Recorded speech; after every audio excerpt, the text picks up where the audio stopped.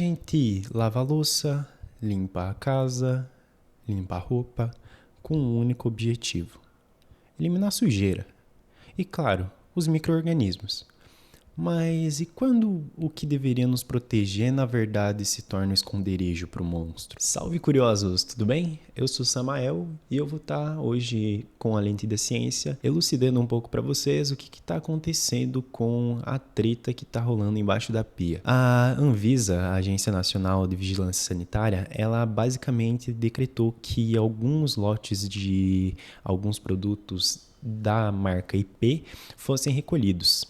E o motivo é por risco de contaminação microbiológica. A medida afeta lotes de detergentes, sabão líquidos, desinfetantes, todos eles fabricados na cidade de Amparo, em São Paulo. E não estamos falando de qualquer micro-organismo, não. A estrela, ou melhor, a vilã desse episódio, ela é uma velha conhecida dos cientistas e o pesadelo dos hospitais.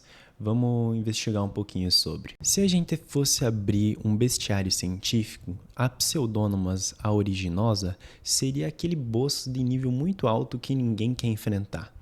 Ela é uma bactéria que vive naturalmente no solo e na água, é multiresistente a antibióticos, o que significa que os antibióticos geralmente não conseguem matar ela, e ela causa infecções graves no sangue, no pulmão e no trato urinário. A Anvisa classifica essa bactéria como uma coisa bem séria, como um risco biológico muito sério, justamente porque eles já haviam falado sobre como essa bactéria ela estava se proliferando desde 2025 e isso basicamente fez com que na época ela crescesse e fosse mais resistente, porque eles usaram remédio contra e fizeram coisas contra e ela ia se tornando mais resistente e continuando.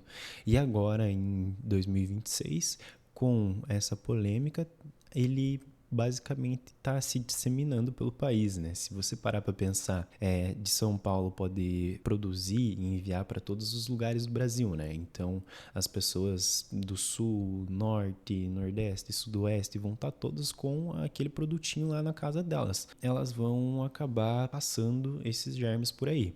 Só que assim, vai me matar? Eu, uma pessoa saudável? Eu não vou morrer por causa disso. Só que há grupo de riscos. Assim como era no Covid, a gente também tem grupo de riscos para essa doença, para esse tipo de bacilo. Então, pessoas que elas têm imunossupressão, sejam elas pessoas que têm imunossupressão por causa da própria imunidade ou por causa de HIV ou outras coisas, elas são um grupo de risco. Pessoas idosas são um grupo de riscos. Crianças não são um grupo de risco porque elas não têm a imunidade ainda formada. Pessoas que elas estão com ferimentos graves, elas estão dentro do grupo de risco. Eu estar internado no hospital, eu também estou em grupo de risco. Então, todos esses fatores acabam fazendo com que seja mais perigoso isso. Então, para um adulto médio que está com a saúde em dia, utilizar essas coisas talvez não venha a matar ou algo do tipo, mas ela pode disseminar, e disseminando isso, ele pode ficar mais forte, mais forte, mais forte, até o ponto de a gente não ter mais remédio para conseguir combater, sabe? Mas como que isso foi para dentro do detergente? Basicamente, a Anvisa emitiu o decreto 1834 de 2026, que fala sobre exatamente o que ocorreu, que os inspetores que foram lá, eles conseguiram perceber falhas críticas no processo de produção e que basicamente deixavam uma brecha enorme para que acontecesse basicamente proliferação. Não é a primeira vez que isso acontece. Se a gente for voltar no ano passado, em 2025, em novembro aconteceu a exata mesma coisa. Isso que é meio que o plot twist. Já é quase que uma reincidência do mesmo caso. E vocês acham que a empresa ela aceitou calada?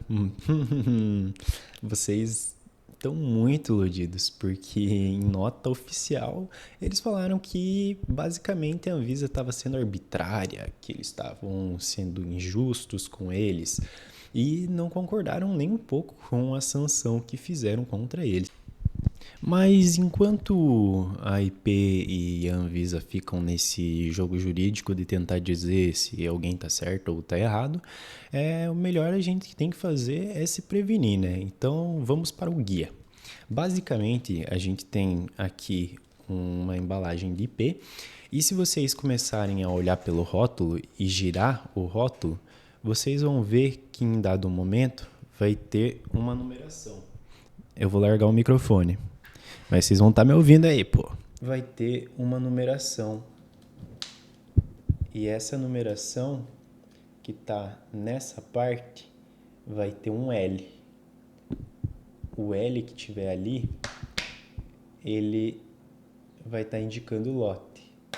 E no lote, o número que seguir vai ser o número que é do lote que você tem. Aqui, o lote ele é 336151 e aqui termina no 1. O dedo tá no 1, não vai dar pra ver na câmera porque ele é bem pequenininho e eu não tô com a câmera traseira do celular. Mas o meu lote é um lote que é infectado, inclusive, e eu usei basicamente ele todo. Então o risco de perigo tá aqui, né?